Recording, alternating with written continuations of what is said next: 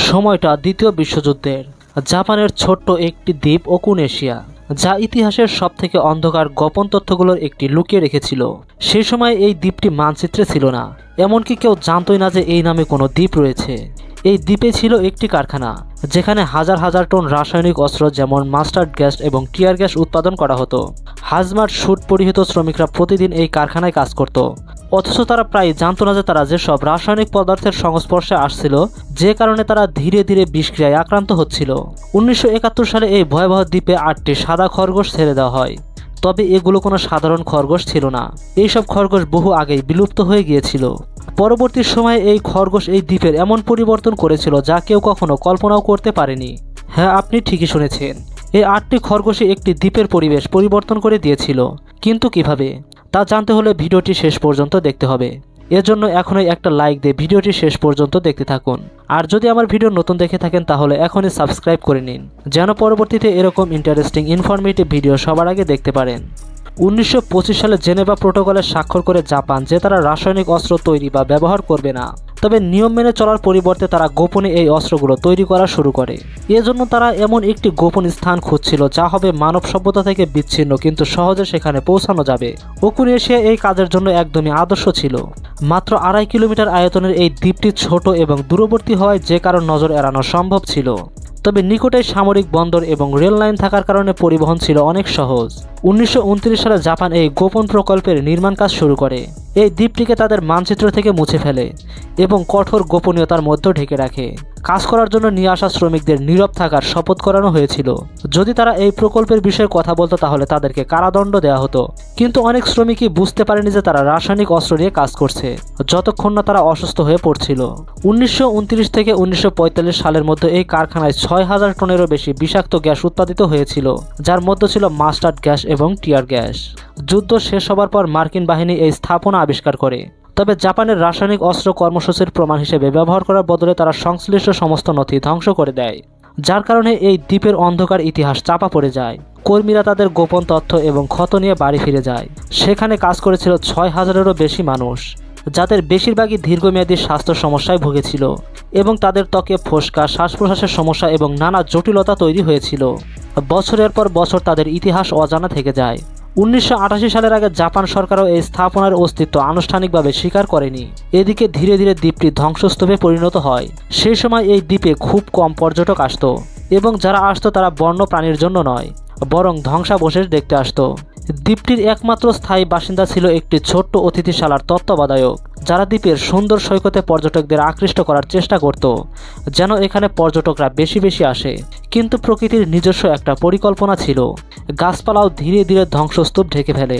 আর তারপর 1971 সালে এই দ্বীপে 8টি খরগোশ ছেড়ে দেওয়া হয়।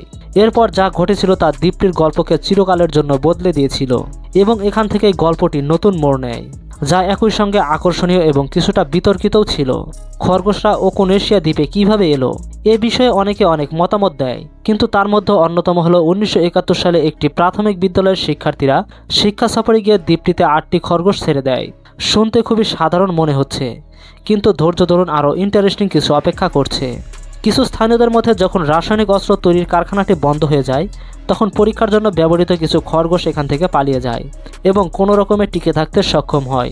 আরও একটি তথ্য বলছে কারখানার কর্মীরা অপরাধবোধে ভুগে খরগোশগুলোকে ছেড়ে দিয়েছিল, যেন এটি সেই সব খরগোশদের প্রতি একটা ক্ষমা প্রার্থনা হয়ে দাঁড়ায় যেগুলো পরীক্ষার জন্য ব্যবহার করা হয়েছিল। আরেকটি মতামত হলো আজকের খরগোশগুলো 1970-এর দশকে পর্যটকদের ফেলে যাওয়া পোষা খরগোশদের বংশধর। 1971 সালে এই দ্বীপে 8টি সাদা খরগোশ ছাড়া হয়, তবে এখানে একটি বিশেষ কারণ ছিল। এরা সাধারণ পোষা খরগোশ ছিল না। এদের এমনভাবে প্রজনন করা হয়েছিল যাতে এরা টিকে থাকার অসাধারণ ক্ষমতা এবং অভিযোজন দক্ষতা অর্জন করতে পারে। ভবিষ্যতে এই বৈশিষ্ট্যগুলো তাদের অনেক উপকারে আসবে। এই খরগোশগুলো এমন একটি জায়গায় ছাড়া হয় যা সত্যিই খরগোশদের জন্য স্বর্গ বললে ভুল হবে না। কোনো শিকারী নেই, কোনো সাপ, শিয়াল, বড় পাখি বা এমন কোনো প্রাণী নেই যা খরগোশদের শিকার করবে। শুধু সবুজ ঘাসে পরিপূর্ণ একটি দ্বীপ, যেটি ছিল তাদের জন্য একটি আদর্শ পরিবেশ। আর খরগোশরা এমন নিখুঁত পরিবেশ পেয়ে দ্রুত তাদের বংশ বৃদ্ধি করতে থাকে। মাত্র 6 বছর পর 1977 সালে পর্যটকেরা দ্বীপে ঘুরে বেড়ানো ডজন ডজন খরগোশ লক্ষ্য করতে শুরু করে। বিষয়টি তাদের কাছে মজার মনে হয়েছিল, তবে খুব একটা কেউ গুরুত্ব দেয়নি। কিন্তু প্রকৃতি খরগোশ প্রজননের এক দুর্দান্ত উদাহরণ দেখাতে যাচ্ছিল। একটি মেয়ে খরগোশ একেবারে 12টি পর্যন্ত বাচ্চা দিচ্ছিল এবং বছরে একাধিকবার প্রজনন করছিল। শিকারীর অভাব এবং প্রচুর খাবার থাকায় সংখ্যাটি দ্রুতই নিয়ন্ত্রণের বাইরে চলে যায়।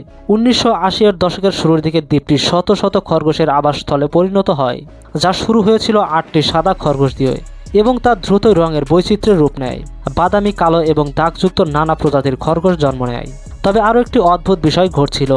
খরগোশগুলো মানুষের প্রতি তাদের স্বাভাবিক ভয় হারাচ্ছিল। বুনো খরগোশরা যেখানে সামান্য নাড়াচাড়াই দৌড় দিয়ে পালিয়ে যায়, সেখানে এই দ্বীপের খরগোশরা বুঝতে পারল যে মানুষ তাদের জন্য হুমকি নয়, বরং খাদ্যের উৎস। পর্যটকরা সবজি, খাবারের দানা এবং নানা উপহার আনতেন, আর খরগোশগুলো তৎক্ষণাৎ বুঝে গেল যে মানুষের কাছে আসা মানেই খাবার পাওয়া। অল্প দিনের মধ্যে তারা এতটাই বন্ধুত্বপূর্ণ হয়ে উঠল যে পর্যটকরা দ্বীপে পা রাখার সঙ্গে সঙ্গে খরগোশগুলো তাদের কাছে এসে হাজির হতো। 2000 সালের শুরুর দিকে খরগোশদের পর্যটকদের ঘিরে ধরার একটি ভিডিও ভাইরাল হতে থাকে। অরিচেই অকুনেশিয়া আর কেবল একটি ধোঁয়াশাচ্ছন্ন ঐতিহাসিক নাম রইল না, এটি হয়ে উঠল বিশ্বব্যাপী আলোড়নের একটি কারণ। কিন্তু তখনও একটা সমস্যা দেখা দিল। খরগোশদের সংখ্যা দ্রুত বেড়েই চলছিল এবং প্রশ্ন উঠতে লাগলো, এই দ্বীপে কী পরিমাণ খরগোশ ধারণ করতে পারবে। আকুনেশিয়ার গল্পের এই পরবর্তী অধ্যায়টি একই সঙ্গে ইন্টারেস্টিং এবং অপ্রত্যাশিত। 2019 সালে দ্বীপের খরগোশদের নিয়ে গবেষণাকারীরা একটি যুগান্তকারী আবিষ্কার করেন, যা খরগোশদের জীবন এবং দ্বীপের ভবিষ্যৎ সম্পর্কে নতুন মোড় দেয়। পুরনো সামরিক ধ্বংসাবশেষের চারপাশে একটি জটিল সামাজিক শ্রেণীবিন্যাস গড়ে উঠেছিল, যা এর আগে বুনো খরগোশদের মধ্যে কখনো কেউ দেখেনি বা দেখাও যায়নি। প্রতিটি খরগোশের দল নির্দিষ্ট ভবনগুলোকে তাদের নিজস্ব অঞ্চল হিসেবে দখল করছিল। তবে সবচেয়ে আলাদা ছিল ভবন 6, যেটি একটি প্রাক্তন গ্যাস সংরক্ষণাগার ছিল। এখানে বসবাসকারী খরগোশরা অসাধারণ এবং অত্যন্ত সংগঠিত আচরণ করত। তাদের আচরণ পর্যটকদের আকর্ষণীয় এলাকাগুলোর খরগোশদের মতো নয়।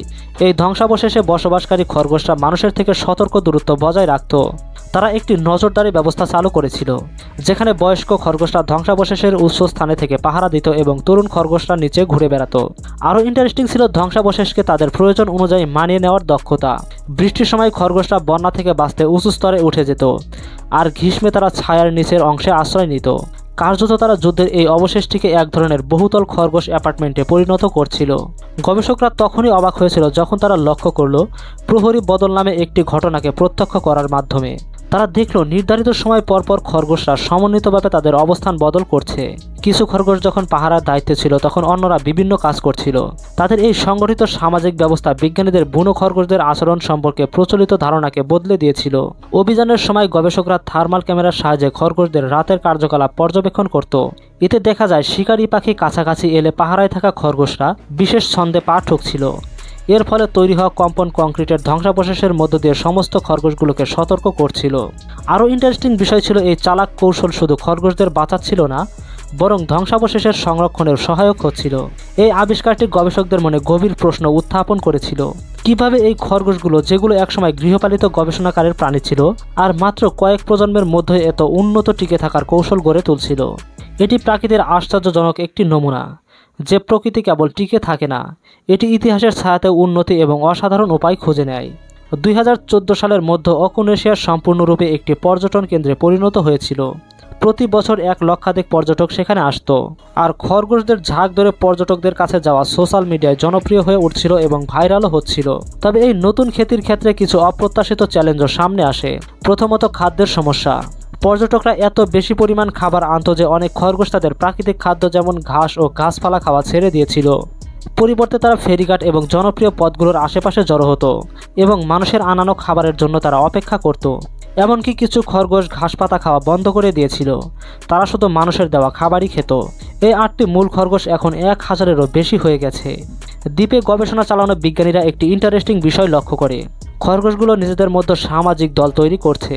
কিছু খরগোশ প্রাচীন সামরিক ধ্বংসাবশেষে বসবাস করত, আবার অন্যরা হোটেলের আশেপাশে ঘুরত। তবে সবচেয়ে অবাক করা পরিবর্তন ছিল যে খরগোশটা দ্বীপের অন্ধকার ইতিহাস নতুনভাবে লিখে ফেলেছে। একসময় যে স্থানগুলো বিষাক্ত গ্যাস তৈরির জন্য কুখ্যাত ছিল, সেগুলো এখন পর্যটকদের জন্য সেলফি পয়েন্ট হয়ে উঠেছে। এখানে মিষ্টি খরগোশের সাথে ছবি তোলা হয়, যেন প্রকৃতির দ্বীপটিকে নতুনভাবে শুরু করার সুযোগ দিয়েছে। তবে স্থানীয় প্রশাসন একটি কঠিন সমন্বয় রক্ষার চ্যালেঞ্জে ছিল। ভ্রমণ শিল্প রক্ষা করার পাশাপাশি খরগোশ এবং দ্বীপের ঐতিহাসিক গুরুত্ব রক্ষা করা প্রয়োজন ছিল। এই সমস্যার সমাধান করতে তারা কঠোর নিয়মাবলী প্রয়োগ করতে থাকে। এই দ্বীপে বিড়াল এবং কুকুর প্রবেশ নিষিদ্ধ করা হয় এবং পর্যটকদেরকে শুধুমাত্র অনুমোদিত বিক্রেতাদের কাছ থেকে খরগোশের খাবার কিনতে উৎসাহিত করা হয়। তারপর একটি ইন্টারেস্টিং আবিষ্কার ঘটে। এই দ্বীপের মাটি এখনও আর্সেনিক এবং অন্যান্য বিষাক্ত পদার্থের মিশ্রণ ছিল। তবে অবাক করার বিষয়, রক্ত পরীক্ষা করে জানা যায় খরগোশরা একদমই এতে প্রভাবিত হয়নি। আসলে গবেষকরা জানতে পারে খরগোশগুলো দ্বীপের সুস্থ থাকতে সাহায্য করছে। তাদের খোরাখুরি এবং ঘাস খাওয়ার মাধ্যমে মাটির বিষাক্ত রাসায়নিক পদার্থগুলো স্বাভাবিক বিচ্ছেদ ত্বরান্বিত হচ্ছে। 1914 সালে তাপপ্রবাহে কিছু অবাঞ্ছিত ঘটনা ঘটে। কয়েক ডজন খরগোশ মারা যায় তৃষ্ণার কারণে। কারণ দ্বীপে একটি মাত্র প্রাকৃতিক মিষ্টি পানির উৎস ছিল এবং অনেক খরগোশ যারা পর্যটকদের উপর নির্ভরশীল হয়ে উঠেছিল তারা জানতই না কোথায় তা পাওয়া যায়। এর পরিপ্রেক্ষিতে কর্তৃপক্ষ পানির লাইন স্থাপন করে যাতে ভবিষ্যতে এমন ঘটনা আর না ঘটে। তারপর ছিল ট্রু ফ্রেন্ডলি সমস্যা। কিছু খরগোশ এতটাই সাহসী হয়ে উঠেছিল যে তারা শিশুদের ট্রলারে লাফিয়ে পড়তো, বেঞ্চে চড়ে বসতো, এমনকি পর্যটকদের কোলে উঠে যেত খাবারের জন্য।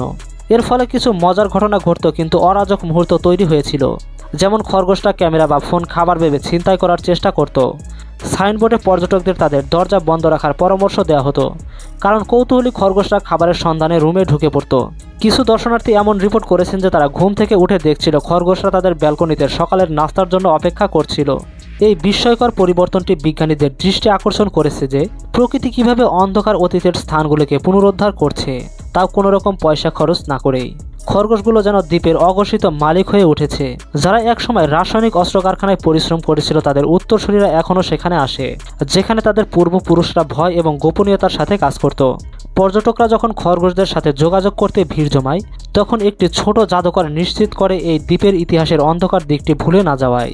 জাদুঘরের ভিতরে ছবি ও স্মৃতিগুলি সেই শ্রমিকদের কাহিনী তুলে ধরে যারা বিষাক্ত গ্যাস উৎপাদনের সময় দুর্ভোগের শিকার হয়েছিল। বর্তমানে এই দ্বীপটি তার সৌন্দর্যের পাশাপাশি কালো ইতিহাসকে বহন করছে। প্রতি বছর যা দেখার জন্য লক্ষ লক্ষ মানুষ এখানে ভিড় জমায়। তো ভিউয়ার্স, আজকের ভিডিওটি এ পর্যন্তই। যদি ভালো লেগে থাকে তাহলে একটা লাইক দিবেন এবং বন্ধুদের সাথে শেয়ার করবেন। সেই সাথে আমার চ্যানেলটিকে সাবস্ক্রাইব করতে ভুলবেন না, যেন পরবর্তীতে এরকম ইন্টারেস্টিং ইনফরমেটিভ ভিডিও সবার আগে দেখতে পারেন। দেখা হবে এরকম ইন্টারেস্টিং পরবর্তী কোনো ভিডিওতে। ততক্ষণ সবাই সুস্থ থাকবেন, ভালো থাকবেন। ধন্যবাদ।